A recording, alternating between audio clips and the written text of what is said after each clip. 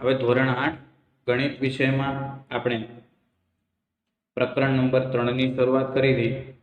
એમાં છઠ્ઠો દાખલો કે નીચેની આકૃતિમાં એટલે કે 1 માં x + y + z અને બીજામાં x + y + z + w ના મૂલ્ય શોધો। એટલે કે પ્રશ્ન નંબર 6 માં બે દાખલા છે। તો કે પહેલી જે આકૃતિ આપી છે એમાં x y અને z ની કિંમત એનો સરવાળો શોધવાનો અને બીજી આકૃતિમાં x + y + z + w ના મૂલ્ય શોધવાના। બરાબર। તો સૌથી પહેલી આકૃતિ આપી છે, તમને આકૃતિ આવી રીતે આપી છે। એમાં આપણે નામ આપ્યું છે, અહીંયા a બિંદુ આપ્યું, અહીંયા b અને અહીંયા c। હવે જો બહારના જે ખૂણા છે અહીંયા x y અને z એટલે કે તમને બહિષ્કોણ આપ્યા છે। x y z એ શું આપ્યું છે? બહિષ્કોણ આપ્યું છે અને એનો સરવાળો શોધવાનો છે। તો ડાયરેક્ટ જવાબ આપણને ખબર પડી જ જાય, x + y + z = 360 થાય જવાબમાં, પણ ડાયરેક્ટ જવાબ લખી શકાય નહીં। કેમ 360 થાય? આપણે શીખી ગયા કે બહિષ્કોણના માપનો સરવાળો કેટલો થાય છે? 360°। પણ આપણે ગણતરી કરવાની। તો સૌથી પહેલા જો એ ત્રિકોણ ABC માં a ખૂણો આપે છે 90°, b ખૂણો આપે છે 20, c ખૂણો નથી આપ્યો, તો શોધી શકાય કયા સૂત્રથી? આપણને સૂત્ર આવડે કે ત્રિકોણના ત્રણેય ખૂણાના માપનો સરવાળો 180° થાય છે। ખૂણો a + ખૂણો b + ખૂણો c = 180°। a ખૂણો કેટલો છે? 90, b કેટલા છે? 20 અને c કેટલા છે?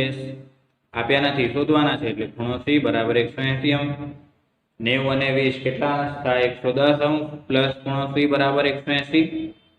હવે 110 પ્લસ છે, સામે જાય તો માઇનસમાં આવે, તો ખૂણો c = 180 - 110°।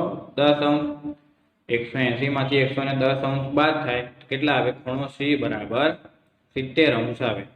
તો ખૂણો c મળી ગયો 70°। બરાબર। a b c ના માપ મળી ગયા। હવે આપણને ખબર છે કે કોઈ પણ જે ખૂણો હોય એના પૂરક કોણના માપનો સરવાળો કેટલો થાય? 180° થાય। પૂરક કોણ એટલે અંદરનો ખૂણો અને બહારના ખૂણાનો સરવાળો। તો સૌથી પહેલા ખૂણા a માટે કરીએ। ખૂણા a માં પૂરક કોણનો સરવાળો કેટલો થાય? 180°।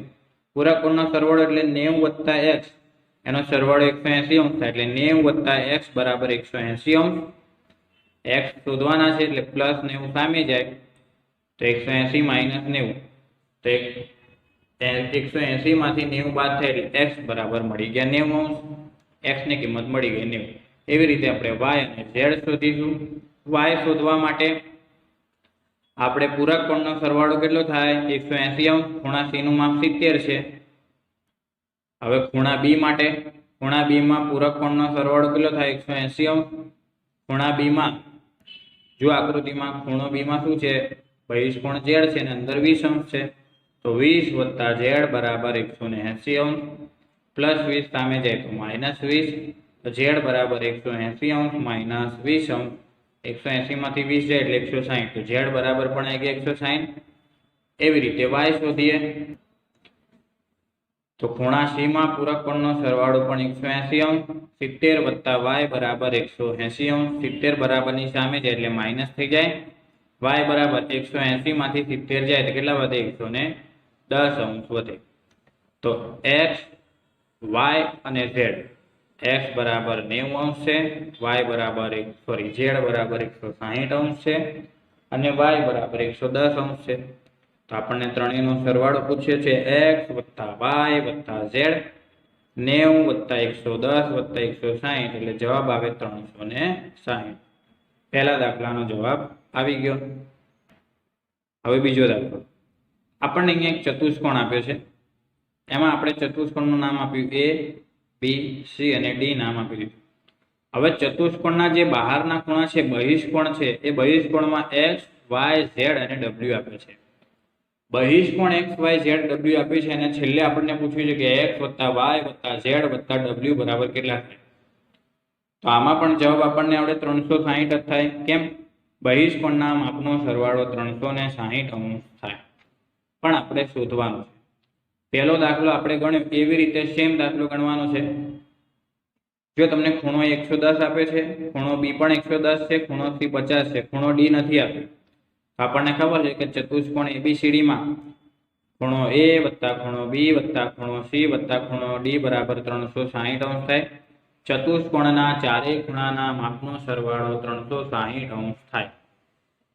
A નું માપ છે 110, 110 વત્તા 110 વત્તા 50 વત્તા ખૂણો D તો શોધવાનો છે બરાબર 360। 110 વત્તા 110 વત્તા 50 એ ત્રણેયનો સરવાળો કેટલો થાય 270। તો 270 વત્તા ખૂણો D બરાબર 360 અંશ। 270 પ્લસ માં છે સામે જાય તો માઇનસ થાય।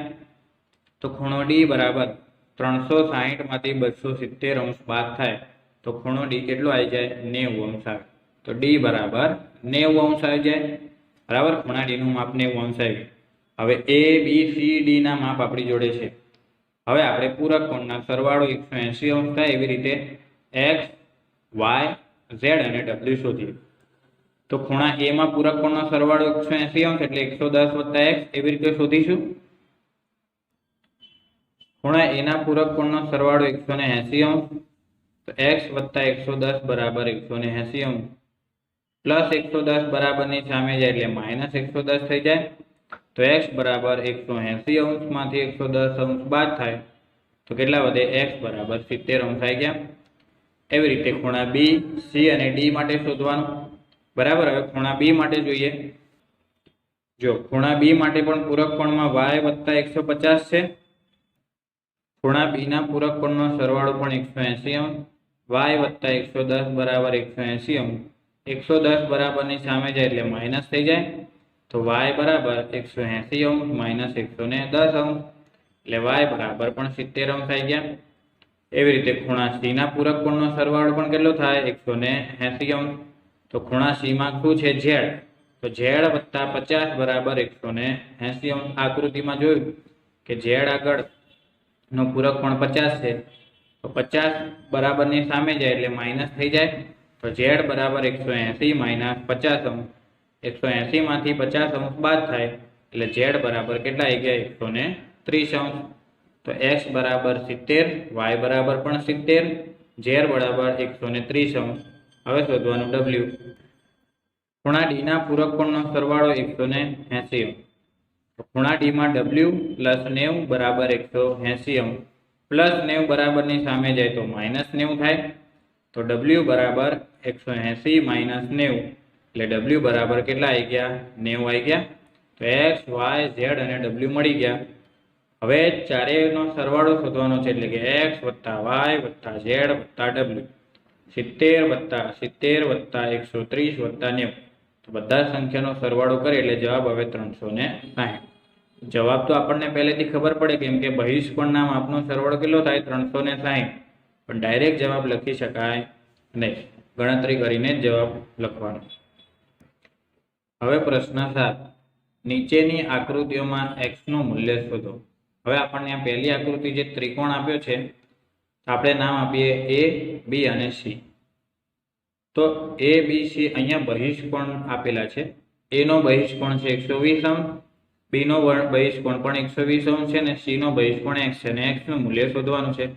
તો ડાયરેક્ટ શોધી શકાય। આપણને ખબર છે બહિષ્કોણના માપનો સરવાળો કેટલો થાય 360। તો બહિષ્કોણ કયા કયા છે 120 120 ને x 120 વત્તા 120 વત્તા x બરાબર 360 અંશ 120 ને 120 કેટલા થાય 240 પ્લસ x બરાબર 360 240 બરાબરની સામે જાય એટલે માઇનસ થઈ જાય। તો x બરાબર 360 માઇનસ 240 360 માંથી 240 જાય એટલે x બરાબર 120 અંશ। એટલે પહેલા દાખલામાં x ની કિંમત આવી ગઈ 120 અંશ। બીજો દાખલો અહીંયા આપણને પંચકોણ આપ્યો છે A B C D અને E। તો આમાં ધ્યાન રાખજો સૌથી પહેલા જો ખૂણો D આપણને 90 અંશ અંદરનો ખૂણો આપ્યો છે તો એનો પૂરક કોણ પણ કેટલો થાય બહિષ્કોણ પણ કેટલો થાય 90 અંશ જ થાય। એટલે ખૂણા D નો બહિષ્કોણ 90 અંશ થાય। કેમ અંદરનો ખૂણો 90 તો બહારનો ખૂણો પણ 90 અંશ થાય। હવે આપણને દરેકના બહિષ્કોણના માપનો સરવાળો કેટલો થાય 360। તો બહિષ્કોણના માપનો સરવાળો બરાબર 360 અંશ। એથી ચાલુ કરે જો અહીંયા 90 છે કાટખૂણ એટલે 90 plus 60 plus x plus 90 plus 50 છે જો 90 + 60 + x + 90 + 50 બરાબર 360 અંશ. 90 અને 60 કેટલા થાય? 150. 150 + 90 કરીએ એટલે 240. 240 + 50 એટલે 290 + x બરાબર 360. 290 પ્લસ છે બરાબરની સામે જાય એટલે માઇનસ થઈ જાય. તો x બરાબર 360 માઇનસ 290. 360 માંથી 290 જાય એટલે 70 આવી ગયા. એટલે x બરાબર 70 અંશ આવી જાય. હવે દાખલા નંબર 8. નીચેમાં સમાંતર બાજુ ચતુષ્કોણ ABCD માટે x, y અને z ના મૂલ્ય શોધો. આપણને એક ચતુષ્કોણ આપ્યું છે, સમાંતર બાજુ ચતુષ્કોણ. એમાં ABCD નામ આપી દીધું. હવે આપણે નિયમ ભણી ગયા કે સમાંતર બાજુ ચતુષ્કોણમાં સામસામેની બાજુઓ સમાન હોય અને સામસામેના ખૂણાઓ પણ સમાન હોય. તો ચતુષ્કોણ ABCD સમાંતર બાજુ ચતુષ્કોણ છે. તો ખૂણો B બરાબર ખૂણો D થાય. ખૂણો B નું જેટલું માપ હોય એટલું જ ખૂણા D નું હોય. કેમ? સમાંતર બાજુ ચતુષ્કોણમાં સામસામેના ખૂણા સરખા હોય છે. તો ખૂણો B બરાબર ખૂણો D, સામસામેના ખૂણા સરખા. તો 110 બરાબર y, તો y બરાબર પણ કેટલા થાય? 110 અંશ થાય. y મળી ગયા 110. હવે x શોધવા માટે શું કરવાનું? જો ત્રિકોણ ADC, આ જે નાનો ત્રિકોણ છે એના માટે જો y ની કિંમત મળી ગઈ 110. ત્રિકોણના ત્રણેય ખૂણાના માપનો સરવાળો 180 થી x મળી જાય. જો ખૂણો A વત્તા ખૂણો B બરાબર 180 અંશ. પહેલા z શોધીએ. બરાબર? તો z ખૂણો શોધવા માટે A અને B પાસેના ખૂણાઓનો સરવાળો પણ કેટલો થાય? 180 અંશ થાય. A અને B પાસેના ખૂણાઓના માપનો સરવાળો 180 અંશ. તો ખૂણા A માં શું છે? 50 + z છે. 50 + z વત્તા ખૂણા B માં છે 110 બરાબર 180. 50 ને 10 કેટલા થાય? 160. 160 + z બરાબર 180. 160 બરાબરની સામે જાય તો માઇનસ થઈ જાય. તો z બરાબર 180 માઇનસ 160. તો z બરાબર કેટલા આવી ગયા? 20 અંશ. z બરાબર 20 અંશ મળી ગયા. હવે જો ધ્યાન રાખજો, z બરાબર 20 આવી ગયા. હવે કોઈ પણ આકૃતિમાં બે સમાંતર રેખાઓની એક છેદિકા હોય અને જો આમ z બને, જો આ z બને છે તો z માં જે બે ખૂણા હોય, ધારો કે આ x ખૂણો અને આ z ખૂણો, આ z આકૃતિમાં આ બે ખૂણા બને છે, એને કહેવાય અંતઃયુગ્મ કોણ. શું કહેવાય? અંતઃયુગ્મ કોણ. તો અંતઃયુગ્મ કોણના માપ પણ કેવા હોય? સરખા. જેટલું z છે એટલું જ x થાય. z 20 છે તો x બરાબર પણ કેટલા થાય? 20. અહીં આપણે લખ્યું છે કે અંતઃયુગ્મ કોણના માપ સરખા હોય છે. તો ખૂણો A અને ખૂણા C ના અંતઃયુગ્મ કોણ છે. તો z બરાબર શું થાય? x થાય. તો z બરાબર 20 છે તો x બરાબર પણ કેટલા થાય? 20. x, y અને z ની કિંમત મળી ગઈ. અહીંયા પહેલો દાખલો પૂરો. હવે પ્રશ્ન 8 નો બીજો દાખલો. જો અહીંયા આપણને એક ચતુષ્કોણ આપ્યું છે A, B, C અને D. હવે બંને વિકર્ણો જ્યાં છેદે ત્યાં બે m બિંદુએ છેદે છે. તો અહીંયા 90 અંશ છે, કાટખૂણો 90 અંશ છે અને સામે x છે. બરાબર? તો અહીંયા સામસામેના ખૂણા એને અભિકોણ કહેવાય. આપણે 7મા ધોરણમાં શીખી ગયા. સામસામેના ખૂણા અભિકોણના માપ કેવા હોય? સરખા. કાટખૂણો 90 અંશ છે તો x પણ 90 અંશ થાય. તો સૌથી પહેલા ચતુષ્કોણ ABCD સમાંતર બાજુ ચતુષ્કોણ છે. હવે જો AMD બરાબર BMC થાય એટલે સામસામેના ખૂણા કેવા થાય? સરખા. AMD બરાબર BMC, પણ એને શું કહેવાય? સરખા એટલે અભિકોણ. AMD 90 છે તો 90 બરાબર x, તો x બરાબર પણ કેટલા થાય? 90 અંશ. બરાબર? હવે આ 90 અંશ આવી ગયું. y શોધવાના. તો આ નાનું ત્રિકોણ બને છે BMC ત્રિકોણમાં ત્રિકોણના ત્રણેય ખૂણાના માપનો સરવાળો 180 અંશ થાય. તો ખૂણો B વત્તા ખૂણો M વત્તા ખૂણો C બરાબર 180 અંશ. y વત્તા 90 વત્તા 40, y વત્તા 90 અંશ વત્તા 40 અંશ બરાબર 180 અંશ. y 90 અને 40 કેટલા થાય? 130 અંશ. તો y વત્તા 130 બરાબર 180 અંશ. 130 બરાબરની સામે જાય એટલે માઇનસ થઈ જાય. તો 180 માંથી 130 અંશ જાય એટલે y બરાબર 50 અંશ જવાબ આવી ગયો. હવે z શોધવાનું છે. તો આ જે z છે અને y છે એ અંતઃયુગ્મ કોણ છે. જો ઊંધો ઝેડ બને છે તો આ બંને ખૂણા અંતઃયુગ્મ કોણ છે. તો અંતઃયુગ્મ કોણ કેવા હોય? સરખા. y બરાબર ઝેડ. y ની કિંમત છે 50, તો ઝેડ પણ કેટલા થાય? 50. તો x 90, y 50 અને ઝેડ 50. x y ઝેડ મળી ગયા. અહીંયા પ્રશ્ન 8 પૂરો. જો પ્રશ્નનો નીચેના સમાંતર બાજુ ચતુષ્કોણ ABCD માટે x અને y ના મૂલ્ય શોધો. x અને y ના મૂલ્ય શોધવાનું છે. આપણને ખબર છે કે સમાંતર બાજુ ચતુષ્કોણમાં સામસામેની બાજુઓની જોડ કેવી હોય? સરખી. તો AB બરાબર CD થાય અને BC બરાબર AD થાય. હવે ચતુષ્કોણ ABCD સમાંતર બાજુ ચતુષ્કોણ છે તો AB બરાબર CD થાય અને AD બરાબર BC થાય. તો AD બરાબર BC એટલે AD બરાબર BC બરાબર. AD બરાબર BC ને AB બરાબર CD થાય. તો આપણે શોધીએ તો AB કેટલા છે? 3y - 2 એટલે 3y - 2 બરાબર 22. -2 બરાબરની સામે જાય તો પ્લસ થઈ જાય. 22 ને 2 24 થઈ જાય. 3y બરાબર 24. y અહીંયા ગુણાકારમાં છે, સામે જાય તો ભાગાકારમાં આવે. 3 ના ઘડિયામાં 24 ક્યારે આવે? 3 × 24. તો y બરાબર મળી ગયા 8. હવે AD બરાબર BC છે. AD બરાબર BC 4x બરાબર 20. 4 અહીંયા ગુણાકારમાં છે, સામે જાય તો ભાગાકારમાં. 4 ના ઘડિયામાં 20 ક્યારે આવે? 5. 4 × 5 = 20 એટલે x બરાબર 5.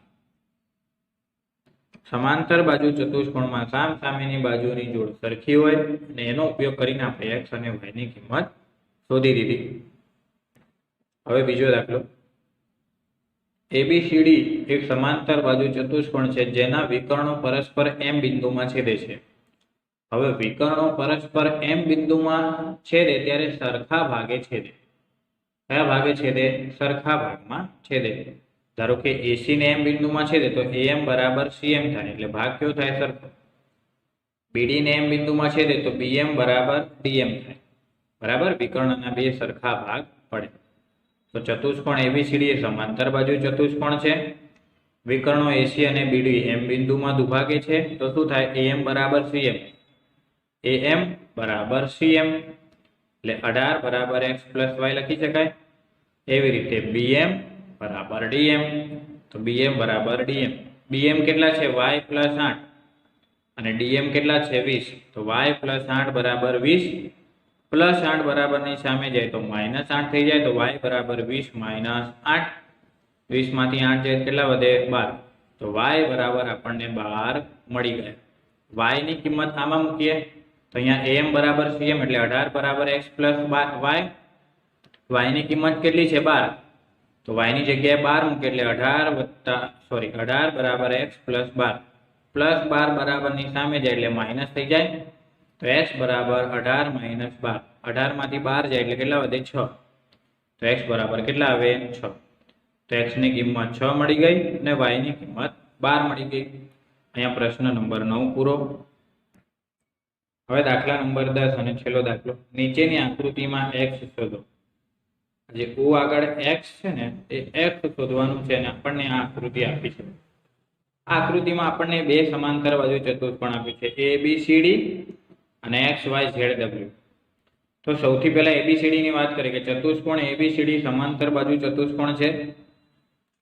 સમાંતર બાજુ ચતુષ્કોણમાં પાસ પાસેના ખૂણાના માપનો સરવાળો કેટલો થાય? 180. ખૂણો A વત્તા ખૂણો D બરાબર 180.